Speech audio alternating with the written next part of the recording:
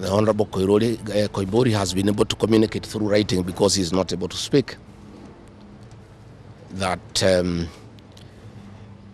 some chemical was administered through inhalation, and the doctors have told us that preliminary investigations confirm that that chemical has interfered with his vocal cords. The alleged abduction of Juja MP George Koimburi has sparked outrage, protests, and a bold statement from former Deputy President Rigathi Gachagua. Is this a sign of growing political repression in Kenya? On Monday, May 26, 2025, former Deputy President Rigathi Gachagua visited Juja MP George Koimburi at Karen Hospital, where the legislator is recovering from injuries sustained in a dramatic abduction. Gachagua didn't hold back, calling the incident a politically motivated attempt to silence the growing one-term presidency in quote movement, pushing for President William Ruto to serve only one term. To scare leaders who speak out. It is meant to scare them. It is meant to sell them fear so that they can stop agitating for the liberation of this great republic. And on Sunday, when he was in church, immediately after the service, 2 undercover agents abducted him in full glare of the church members, and in the process almost harmed his wife. It is not known where he was taken to, but after a serious search early this morning, he was found in a coffee plantation in Kibichoi, that is in the Githongori constituency, badly beaten and in very serious condition. Gachagua's words resonate with many in the Mount Kenya region, where political tensions are rising. He accused the state of using repression to fight dissent, particularly targeting leaders who refuse to align with the government. Let me ask the people of Kenya to be calm. I want to ask the supporters of the Honorable Koimburi to stay calm. We'll do everything possible to make sure that we are more careful in the face of the repression that is going on. You are aware that members of parliament opposed to this regime, their bodyguards have been disarmed so that they stop going for meetings and feel vulnerable. So let me appeal to the international community to take a great interest in what is happening in Kenya. And we have seen what is happening in the neighboring countries, in Tanzania, the suppression of civil society. And all those things are stemming from here in Kenya.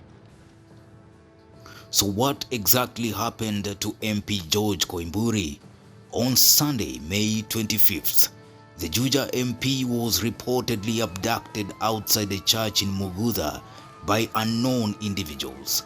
Eyewitnesses say he was forced into a silver Subaru Forester with civilian registration plates. His wife, Ann Koimburi, was injured during the scuffle while trying to intervene. Koimburi was later found dumped in a coffee plantation in Kiambu County, injured and in need of urgent medical attention. He was first taken to Plainsview Hospital near Ruiru before being transferred to Karen Hospital for specialized care. Ann Koimburi, the MP's wife, spoke out about the ordeal, expressing frustration over the lack of transparency from authorities. She noted that this isn't the first time her husband has been targeted. In the past, his phone and vehicle were taken without explanation. The family's plea for clarity has struck a chord with many Kenyans, who are growing increasingly concerned about the safety of leaders critical of the government. Honorable George Koimburi was tortured by professionals.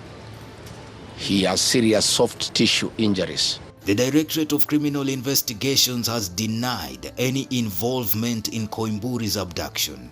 However, They confirmed that the MP has been under investigation since Friday for alleged land fraud and misuse of constituency development funds or CDF. This raises questions. Is this genuine investigation or a tactic to silence a vocal critic? Gachagua has linked the incident to a broader strategy to intimidate Mount Kenya leaders who oppose the government's agenda. He urged Kenyans to stand firm in defending their freedom. This is torture normally done by professionals. He has lost his voice, and the doctors are working round the clock to restore his vocal cords. And the Honorable Koimburi has been able to communicate through writing because he is not able to speak. That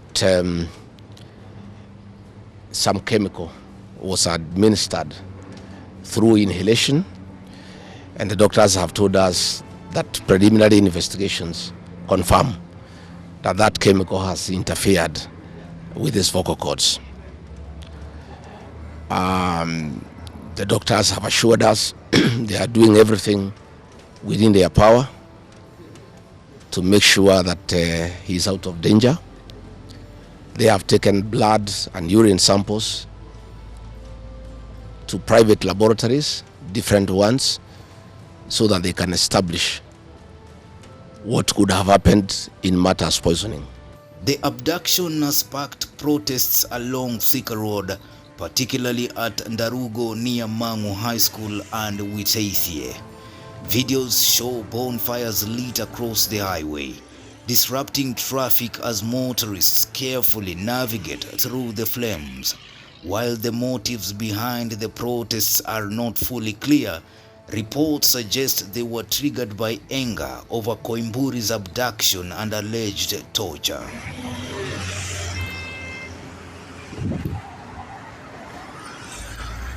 The individuals responsible for the fires remain unidentified and no group has claimed responsibility.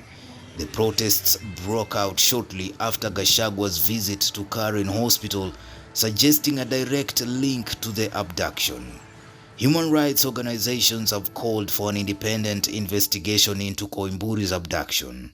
They are urging the government to ensure the safety of all political actors, regardless of their affiliations. This incident has raised broader concerns about political repression and the shrinking space for dissent in Kenya. This incident is more than just an isolated case. It's a flashpoint in the growing tension between the government and the one-term presidency movement, particularly in the Mount Kenya region. With leaders like Gachagua rallying support, the 2027 elections are shaping up to be a defining moment for Kenya. Will the government respond with dialogue, or will we see incidents like this continue to take place? This is far from over. What do you think about the abduction of MP Koimburi and the protests on Thika Road? Are we witnessing a crackdown on dissent in Kenya? Drop your thoughts. Newsroom, Maisha TV, Bushabi Jr.